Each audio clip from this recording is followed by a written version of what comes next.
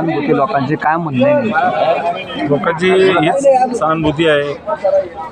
भारतीय जनता पार्टीचं 2014 पासून सरकार आहे. लोक या सरकारला कदरलेले. सामान्य माणूस, शेतकरी माणूस आज या सरकारमुळं परेशान आहे. 500ची गोणी आज 1100 रुपयाला झाली आहे.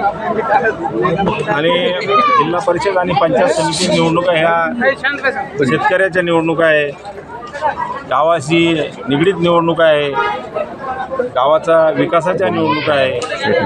या सरकारने शेतकऱ्याकडे दुर्लक्ष केलं, त्यामुळं आज शेतकरी परेशान आहे.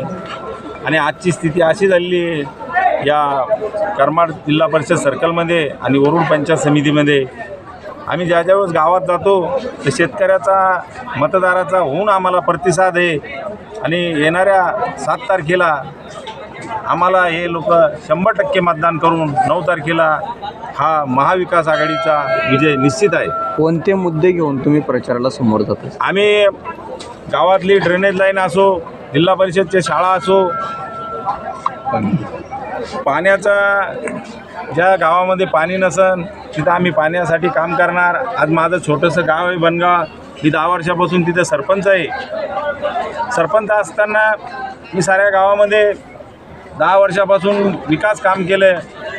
तुमच्या ड्रेनेज लाईन असन, रोड असन, नदीवरती सिमेंट बंधारे असतील, कब्रस्तानच्या कंपाऊंड वॉलचा विषय असन, असे संपूर्ण काम मी आज त्या गावामध्ये मार्गी लावले आणि तालुक्यामध्ये मॉडेल असं गाव केलं आहे.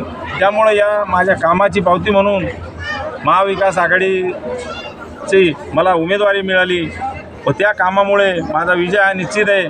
तसंच माझ्या गावाचं जे काम केलं ते मी या पंचायत समिती गणामध्ये सुद्धा काम करणार आहे. त्यामुळे लोकांची माझ्याकडं अपेक्षा आहे की आपल्याला काम करणारा माणूस मिळाला. आणि मला 100% अपेक्षा आहे की मी येणाऱ्या 7 तारखेला मला लोक मतं करून 9 तारखेला विजय हा आमचा 100% आहे. तुमचं विजन काय असेल? तुमचं विजन काय असेल?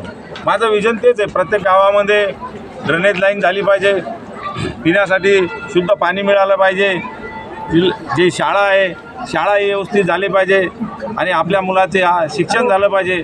सर्वात महत्त्वाचं तेच. आपले मुलं आज जर घडले तर उद्या कोणी उद्योगपती होणार, कोणी डॉक्टर होणार, कोणी वकील होणार.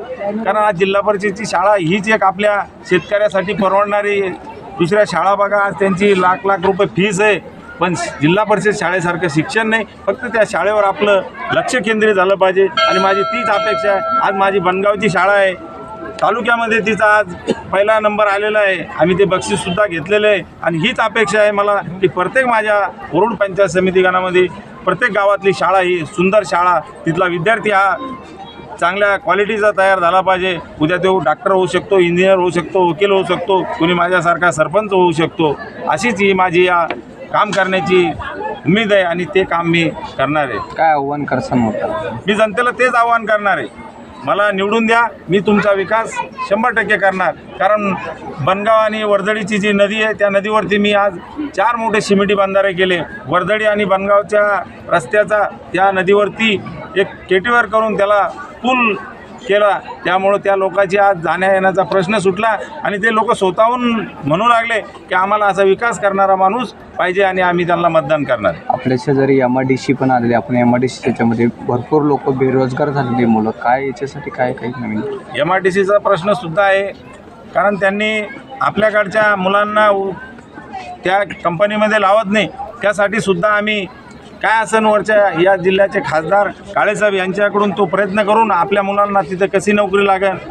परत विलास बापू आवतडे यांच्या मार्गदर्शनाखाली आपण त्या प्रत्येक कंपनीमध्ये जाऊन तिथं किती जागा आहे, कोणत्या कॅटेगरीच्या आहे ते सुद्धा आम्ही ते प्रयत्न करणार आहे. महिलासाठी काय पाहिजे? महिला आणि शेतकरी महिलासाठी या पंचायत समिती गणामध्ये आज असे प्रत्येक गावामध्ये 10 ते 15 महिला बचत गटाचे महिलाचे बचत गट आहे. आणि त्या बचत गटासाठी मी बनगाव ग्रामपंचायतकडून स्वतः त्यांना 10 गुंठे जागा दिलेली आहे. महिला आजकाल सुरक्षित नाही, त्याबद्दल महिला सुरक्षित हा आज सुरक्षितेचा विषय.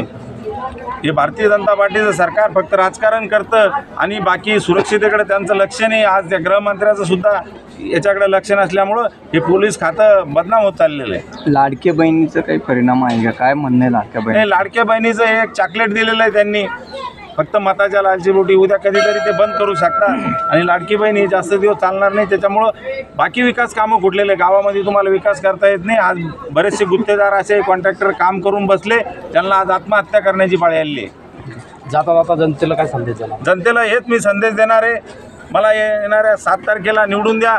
मी माझ्या जसा गावाचा विकास केला तसा तुमच्या प्रत्येक गावाचा विकास करण्याचा मी शब्द देतो. नाव आपलं नाव? मी भास्कर अण्णा मुर्मे, वरुड पंचायत समिती येण्यासाठी उभा आहे. पंजा ही माझी निशाणी आहे आणि लोकांना विनंती करणार आहे, येत्या 7 तारखेला पंजा या निशाणी समोरील बटन दाबून मला प्रचंड मताने विजय करा. मी तुमची सेवा करण्यासाठी तत्पर हजर राहील.